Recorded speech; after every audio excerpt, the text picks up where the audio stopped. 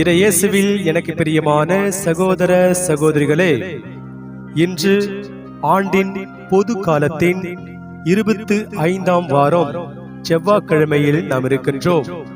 இந்த நாள் உங்களுக்கு இனிய நாளாக அமைய வாழ்த்துகிறேன், ஜெபிக்கின்றேன். இன்றைய இறைவார்த்தை சிந்தனைகளுக்கு நாம் கவனமுடன் செவிகொடுப்போம். நீதிமொழிகள் நூலிலிருந்து வாசகம்.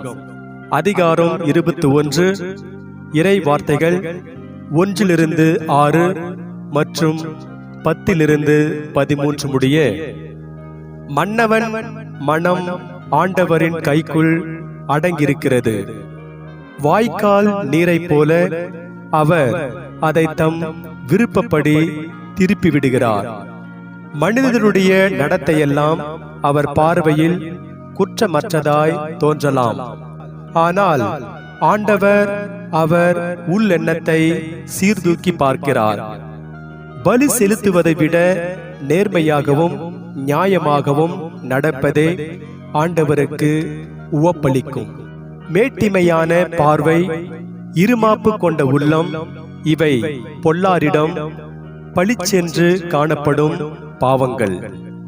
திட்டமிட்டு ஊக்கத்துடன் உழைப்பவரிடம் செல்வம் சேரும் என்பது திண்ணம். பதற்றத்துடன் வேலை செய்பவர் பற்றாக்குறையில் இருப்பார்.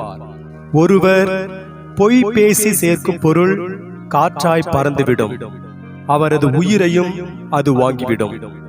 பொல்லார் மனம் தீமை செய்வதில் நாட்டம் கொள்ளும். தமக்கு அடுத்திருப்பாரை அவர்கள் கனிவுடன் பார்ப்பதும் இல்லை. ஏளனம் செய்வோரை அடிக்கும்போது அதை காணும் பேதையராவது படிப்பினை பெறுவர். உணர்வுள்ளவருக்கு அறிவு புகட்டும் போது அவர் மேலும் அறிவுடையவராவார். நீதிமிகு இறைவன் பொல்லாருடைய வீட்டை கவனித்துக் கொண்டிருக்கிறார். அவர்களை தீச்செயல் காரணமாக தூக்கி எறிந்து அழித்து விடுகிறார். ஏழை கூக்குரலிடும் போது எவன் காதை பொருத்திக் கொள்கிறானோ அவன் தானே உதவிக்காக மன்றாடும் போது எவரும் அவனுக்கும் செவி கொடுக்க மாட்டார். ஆண்டவரின் அருள்வாக்கு. இறைவனுக்கு நன்றி. பதிலுரை பாடல். திருப்பாடல் 119. பல்லவி. ஆண்டவரே, உம் கட்டளைகள் காட்டும் நெறியில் என்னை நடத்தும். மாசற்ற வழியில் நடப்போர் பேறு பெற்றோர். ஆண்டவர் திருச்சட்டப்படி நடப்போர் பேறு பெற்றோர். உம் நியமங்கள் காட்டும் வழியை என்றும் உணர்த்தியருளும். உம் வியத்தகு செயல்கள் பற்றி நான் சிந்தனை செய்வேன். பல்லவி. ஆண்டவரே, உம் கட்டளைகள் காட்டும் நெறியில் என்னை நடத்தும். உண்மையின் பாதையை நான் தேர்ந்து கொண்டேன். உம் நீதி நெறிகளை என் கண்முன் நிறுத்தியுள்ளேன். உம் திருச்சட்டத்தின்படி நடக்க எனக்கு மெய்யுணர்வு தாரும்.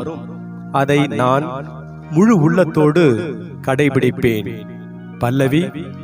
ஆண்டவரே, உம் கட்டளைகள் காட்டும் நெறியில் என்னை நடத்தும். உம் கட்டளைகள் காட்டும் நெறியில் என்னை நடத்தும். ஏனெனில் அதில் நான் மகிழ்ச்சி அடைகின்றேன். உமது திருச்சட்டத்தை நான் எப்போதும் கடைபிடிப்பேன். என்றென்றும் எக்காலமும் அதை பின்பற்றுவேன். பல்லவி. ஆண்டவரே, உம் கட்டளைகள் காட்டும் நெறியில் என்னை நடத்தும். அல்லேலூயா, அல்லேலூயா. இறை வார்த்தையை கேட்டு அதை கடைபிடிப்போர் இன்னும் அதிகம் பேறு பெற்றோர். அல்லேலூயா. ஆண்டவரே, நற்செய்தியை தகுந்த விதத்தில் எடுத்து சொல்ல என் உள்ளத்தையும் உதட்டையும் தூய்மையாக்கும். ஆண்டவர்களோடு இருப்பாராக, உம் ஆன்மாவோடும் இருப்பாராக. தூய லூக்கா எழுதிய பரிசுத்த நற்செய்தியிலிருந்து வாசகம். ஆண்டவரே, மாட்சி உமக்கே. லூக்கா நற்செய்தி அதிகாரம் 8, இறை வார்த்தைகள் 19-21 முடிய. அக்காலத்தில் இயேசுவின் தாயும் சகோதரர்களும் இயேசுவிடம் வந்தார்கள். ஆனால் மக்கள் திரளாக இருந்த காரணத்தால் அவரை அணுக முடியவில்லை. உம் தாயும் சகோதரர்களும் உம்மை பார்க்க விரும்பி வெளியே நின்று கொண்டிருக்கிறார்கள் என்று அவருக்கு அறிவித்தார்கள். அவர் அவர்களை பார்த்து, இறை வார்த்தையை கேட்டு அதன்படி செயல்படுகின்றவர்களே என் தாயும் என் சகோதரர்களும் ஆவார்கள் என்றார்.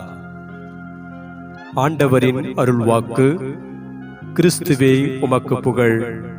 நற்செய்தி வாக்கினால் என்னுடைய பாவங்கள் அகல்வதாக. ஆமென். ஆண்டவருக்கு உவப்பளிப்பது எது?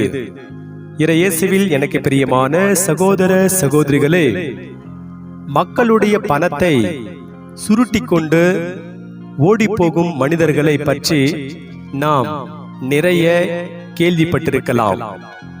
இவர்களுக்கு நடுவில் கீழே கிடந்த பணத்தை அதற்கு உரியவரிடம் சேர்த்த பெருமை முகமது யாசின் என்ற சிறுவனை சேரும்.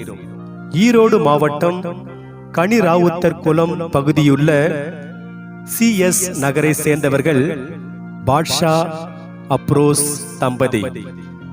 இவர்களுடைய இளைய மகன்தான் இந்த முகமது யாசின். இவன் சின்ன சோமூர் என்ற இடத்தில் உள்ள அரசு தொடக்கப் பள்ளியில் 5ஆம் வகுப்பு படித்து வருகிறான். இவன் கடந்த 2018ஆம் ஆண்டு ஜூலை மாதத்தில் ஒரு நாள் மதிய உணவு இடைவேளையின் போது பள்ளிக்கூடத்தை ஒட்டிய சாலையில் நடந்து போய்க் கொண்டிருக்கும் போது ஒரு பையில் கட்டுக்கட்டாக பணம் இருப்பதை பார்த்தான்.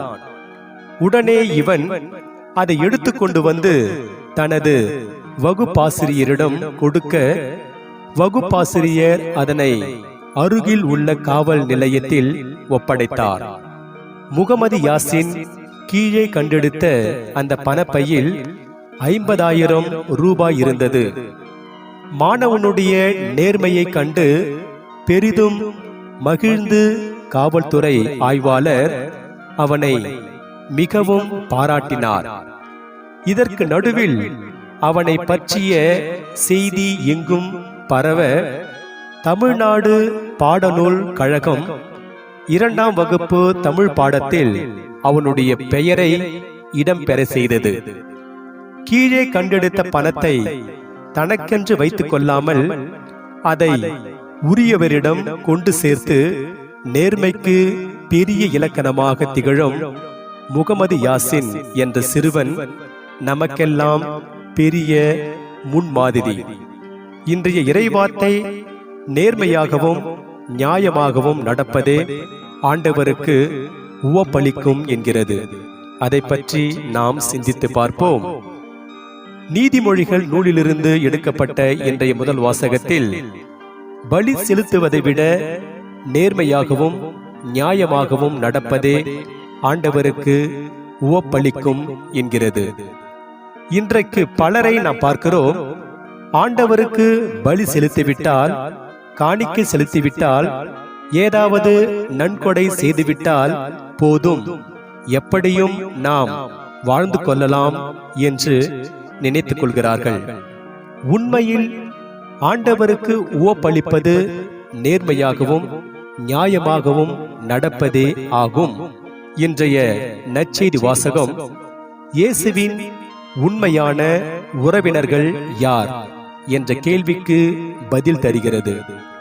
இயேசுவின் இரத்த உறவுகள்தான் அவருடைய உண்மையான உறவினர்களா? நிச்சயமாக இல்லை. இறை வார்த்தையை கேட்டு அதன்படி செயல்படுகிறவர்களே அவரது உண்மையான உறவினர்கள்.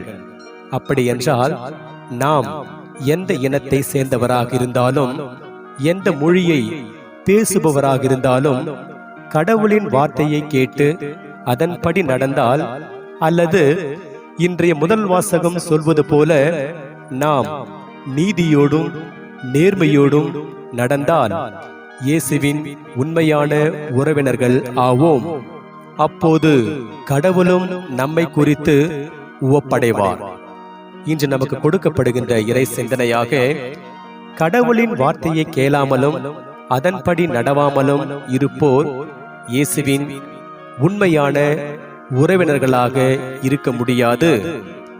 இயேசுவின் உறவினர்களாக இருப்பதற்கு நாம் கொடுத்து வைத்திருக்க வேண்டும். நீதியோடும் நேர்மையோடும் நடப்பது கடினமானதுதானே அன்றி இயலாதது அல்ல. இன்று நமக்கு கொடுக்கப்படுகின்ற இறை வார்த்தையாக நேர்மையை கடைபிடித்தலையும் இரக்கம் கொள்வதில் நாட்டத்தையும் உன் கடவுளுக்கு முன்பாக தாட்சியோடு நடந்து கொள்வதையும் தவிர வேறு எதை ஆண்டவர் உன்னிடம் கேட்கிறார்? மீகா புத்தகத்தில் 6ஆம் அதிகாரம் 8ஆம் வசனத்தில் இறைவாக்கினர் மீகா கூறுகிறார். எனவே இறையேசுவில் பிரியமான சகோதர சகோதரிகளே, நாம் நேர்மையோடும் இரக்கத்தோடும் தாட்சியோடும் நடந்து இறையருளை நிறைவாக பெறுவோம். இறைவன் உங்கள் அனைவரையும் நிறைவாக ஆசீர்வதிப்பாராக. ஆமென்.